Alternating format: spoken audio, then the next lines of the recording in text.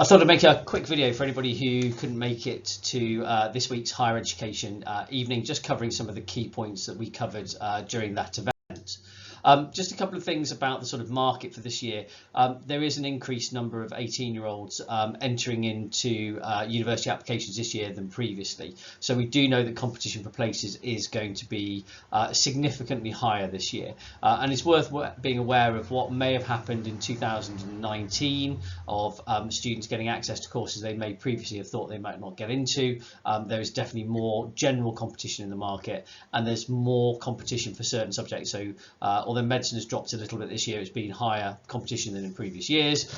Economics, computer science have seen very significant increases in the numbers of students applying for them. So it's worth just being aware of that slight change in the market.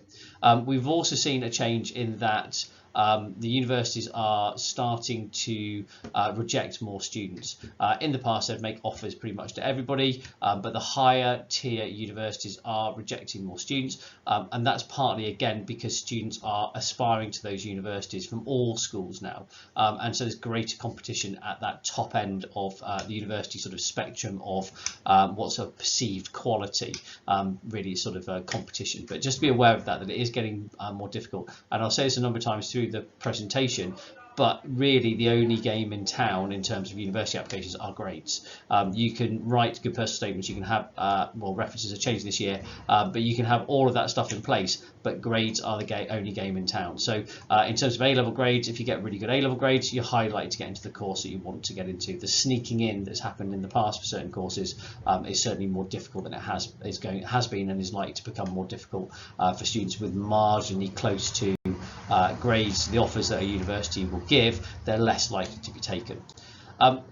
There are some changes in UCAS this year. They're not particularly significant. Next year is the year where things will change more.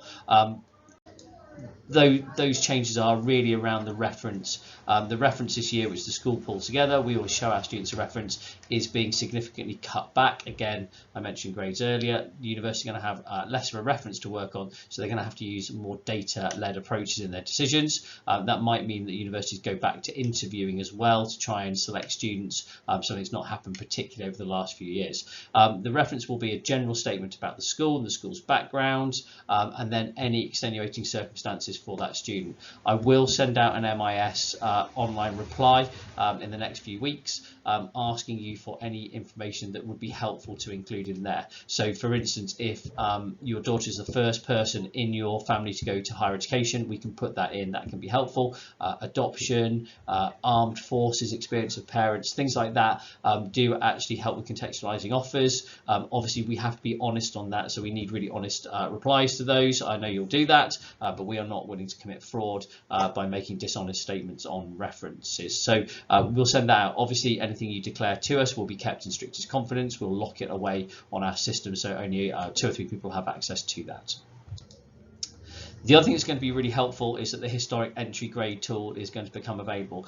This allows you not to see what the universities are offering, but what they have accepted within the past. So you can see here for Newcastle, ABB is their standard offer for zoology, but in the past they've accepted with BBC and even down to BCC. My hope is that that will bring down some of the offer inflation that's happened in the past for universities, because it's going to become very clear that what they're asking for is not what they accept, and that difference is going to cause some conversations to happen around what they're actually asking for.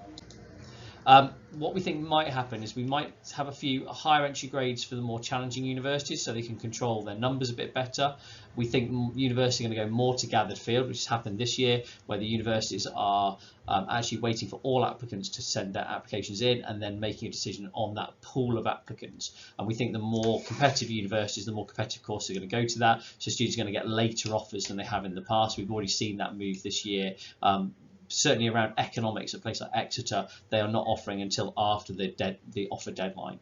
We think there's going to be a greater use of GCSE data because that makes sense. You can check predicted grades against that. Admissions tests might come in as well for more subjects, so I think that's unlikely for this year.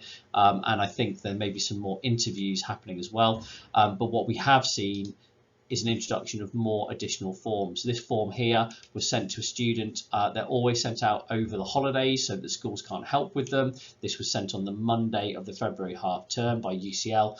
asking a student to write an additional personal statement answering the following questions. They gave them a 1 week turnaround for this, and it was quite a complex piece of writing. UCL, I imagine their argument is, if you're going to cope with the course, you should be able to do this independently on your own. So we do need to be aware that there may be more additional forms being sent out by universities to compensate for the reduction of what is sent to them through UCAS. In terms of choosing universities, we are obviously starting to work with students at the moment through the careers programme on choosing courses. It is quite a difficult decision to make. What we often find is students have already made a decision on the university they want to go to for lots and lots of reasons that aren't particularly well researched. They've heard of that university, or they've got friends who go to that university. It is really time for some research at the moment and book those trips that you might want to go to in the summer to visit universities. There are lots of league tables. I love a league table as a teacher because I know that they are only represent the data that you put into them. The Complete University Guide is a reasonably useful piece of data, and that will give us the top 10 universities in the UK according to the Complete University Guide, which shows us the entry grades for students who go to those universities. It tells us about student satisfaction, which, if I'm honest, is based on ensuite bathrooms and contact time and how much a pint of beer costs, but it's a reasonable starting place. The other thing that's worth looking at is the Times World League table. That can be quite useful. You'll see that universities like Manchester appeal quite strongly on there, Bristol as well. But again, universities like Durham are not in the top 150 universities, but they're incredibly well regarded by many UK employers. So again, league tables can be a little bit iffy. This is the one that we often refer to. This is from the Graduate High Flyer, the High Flyer report, the graduate market, and this tells us the universities that are targeted by employers, so what used to be called the milk round. So you'll see that top employers really flood to places like Manchester, Nottingham, Bristol, Birmingham, Warwick, Leeds.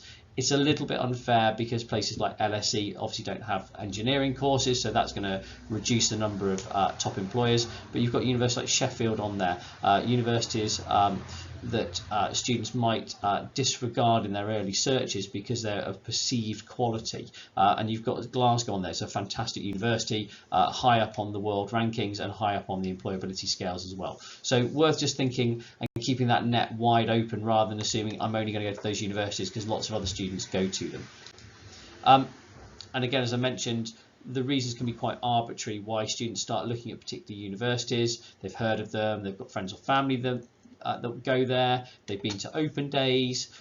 The one about specific courses is more important, that the course needs to match what you want to do. A biology degree at one university can be completely different to a biology degree at another, and I've seen students choose the university over the course, knowing that course doesn't really suit them because they're desperate to go to that university for reasons they sometimes struggle to articulate, but they have been to an open day and made to feel very welcome. So I think your initial sift on the decision for open days is really mission critical, that you actually have a think about where you want to go and visit, because once you go on a sunny summer's day and you're greeted by lots of smiley students, our students will lock into those universities, and distance from home can come into that as well.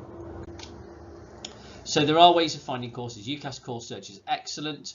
You can put into there the courses you want to do, and you can also put in the entry grades as well to narrow that search down. So if you have a look on here, they use UCAS points. Now most of our universities don't use UCAS points for their offers. They'll normally offer on grades, but UCAS Course Search uses tariff points. So helpfully my photo has been superimposed over the table below, but you'll see that an A star is 56 points, an A is 48 points, and so on. And so you can actually do a search on UCAS Course Search via UCAS tariff grades, and you can add up roughly what you think your daughter will get, and then you can narrow that search down. Once you've narrowed that search down, you can then go to the university website. If I'm honest, if you look at the grades on offer there, it's unlikely our students will get a contextual offer because of your home postcodes. The universities will make decisions on home postcode rather than schools, and they will see that students live in a relatively affluent area. So please look at the standard offers. That's 99% of our offers are standard offers, as they are across most schools.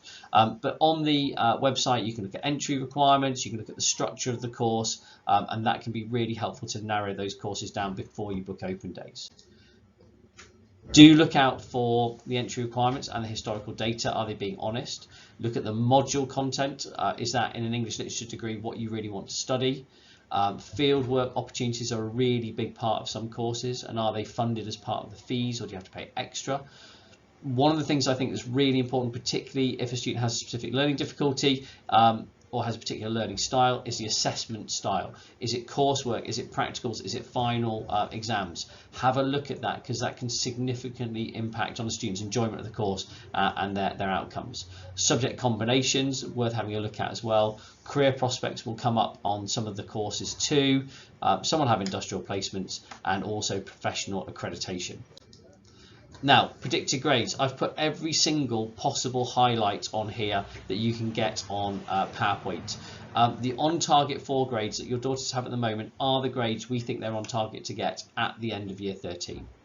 And they can move up, and for many they will in the summer term. But that should be your starting point for university research. So if your daughter is on 3As and says to you, I want to go to Nottingham to look at law, then that would be a reasonable sort of area to look. If your daughter is on 3Cs and goes, I want to go to Birmingham to look at law, then that's probably not a great choice at this time. Obviously things will change as we go through to the summer term, but it's only fair to really take students to courses that they're likely to get onto, because it can be very disheartening to be taken to courses that you're unlikely to get onto or to universities. So have a look at those on target 4 grades. We will predict in the summer in a positive but realistic way. We suspect the universities are going to track predicted grades far more tightly than they ever have before, and we are obviously going to be honest, as we always are, on predicted grades. We will certainly not fit predicted grades to a course. If a student says, well, I've been to Southampton and I'm really desperate to do neuroscience and that's the only place I want to go to and I need 3As, and they are on 3Cs, we are not going to give 3As to fit that course. That's not how UCAS should work, and nor does it work, and we won't professionally compromise ourselves with predicted grades. So we will not fit them, and we won't entertain conversations around fitting predicted grades to courses. We'll discuss predicted grades, but we're not going to negotiate them, and we won't be pushed on them, and you will get, if there is any push on predicted grades and asking for inflation, then that just will not happen, and we won't enter long conversations on that, because we have the data from the progress over the year. I think the most important thing to remember is that the summer exams are a really good indicator for us of progress over year 12, so we look at that quite weighted in terms of predicted grades. We also look at the year's progress. A student who's done well through the year who doesn't quite get there in the summer, that's fine. We'll obviously use the year's progress. A student who has not maybe made as much progress during the year but then does well in the summer, we'll use the summer exam. So we use whatever is the best indicator for us, but again, it is now time to be realistic, and please don't we often get stories of brothers and sisters who brought their grades up at the end, or family friends or anything like that. Okay, we are talking about an individual student, their particular progress, and the data that we have on that progress for those predicted grades, and the on target 4 grades in the summer are a very good example of that. But again, I would suggest that any unis you go to look at are realistic at this stage and fair on the young person who's being taken to look at those universities.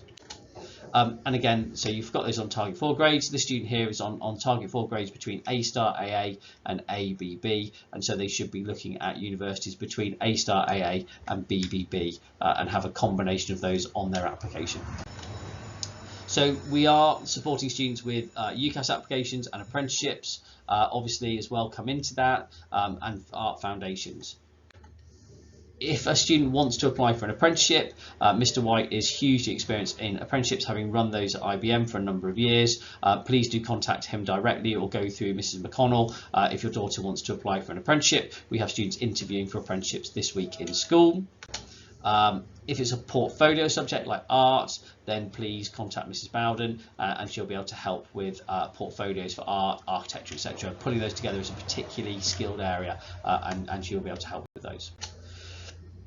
The UCAS system is all online now. We have a hub. It allows you to keep a track of what you've been interested in, set favourites as well, so it works incredibly slick system for helping students track what they've been looking at.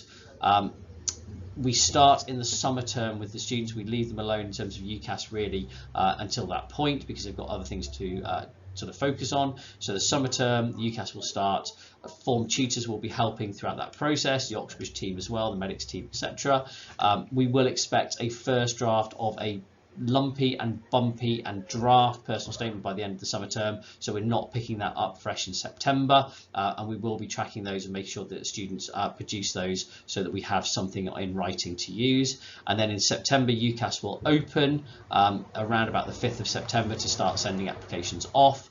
We don't prioritise Oxbridge. Oxbridge is done by the Oxbridge team, and the rest of the sixth form team will send any other applications off that are ready. So if a student says, oh, the Oxbridge team are getting their application sent off early, that's not the case. Any student can book with us at any time to send off from the 4th of September. The deadline for Oxbridge medics is 15th of October, and we aim to get everybody away by mid-November. The UCAS application can be a millstone around people's necks, and we need to get that away for our students to start getting offers in. The personal statement, 4,000 characters in total. That includes spaces, paragraph space, etc. The most important thing about the personal statement is to show that you understand the course that you're going for. You know, the classic pharmacology personal statement, all about how a student enjoys how drugs work and function for a pharmacy application, is showing that university you really don't know what you're applying for. So it's absolutely key that you show that, particularly when you're applying for courses that are away from your A-levels. Law and things like that are really important, and evidencing some of the skills that you have. We often get told by people that universities don't read personal statements. That is a very broad statement to make. Some of the universities do read personal statements, and they read them forensically, others don't. So the only way to deal with that is to make sure that you write a good personal statement. At the top, Brighton and Sussex Medical School, along with Exeter, do not read the personal statements for medicine at all. Edinburgh point score all personal statements. And we know, talking to universities, that some universities, for some courses, they'll read the personal statements, and for others they don't. So the only way to work within that system is to write the best personal statement you can, just in case. So we don't rely on that. They don't read them at all. It's an unhelpful statement, because an admissions tutor might change their mind that year and start reading personal statements for that subject as well. So we always work on the best personal statements we can. A student can add 5 choices to their UCAS form. If it's a medic, you can only put 4 for medicine, veterinary, dentistry, and 1 additional non-medic, vet or dentist place. You can only choose 1 from Oxford or Cambridge, and we would always suggest putting a range of entry requirements in. There's no preference stated, there's no order, and the universities don't see where else you've applied to. I asked them, I've got an email somewhere, do you think that students who apply early have applied to Oxford? And they went, of course we don't, that's silly. Students apply because they are well organised and they apply early. So all of those sorts of rumours that go around are just simply not true, and I normally chase them up with the university and get it in writing from them that that's not the case. The university will look at personal statements, they'll look at GCSE grades, they'll look at predicted grades, relevant work experience if it's for vocational courses, the context on the school reference this year, and any admissions tests that might happen are what are going to be used. Okay, I hope that gives you a sort of about a 20-minute briefing of what we discussed last night. Obviously, as we start going through this process, if you've got any questions, then please do contact Mrs. McConnell, and she can put you in contact with the right person this end to discuss things. But I think at this stage, it's really just supporting our young people through their studies. Unfortunately, as I've mentioned many times, grades are king. If you get very strong grades, you're highlighted to get into the courses you want. It's the marginal misses that become more difficult. So again, at this stage, it really is preparation for those summer exams, get the predicted grades up, and that will put a young person in their strongest position. Spending hours going off to visit university, etc., doesn't actually strengthen your position. It helps that decision making, but being in school, working on your studies, that is what puts you in position A in terms of university applications.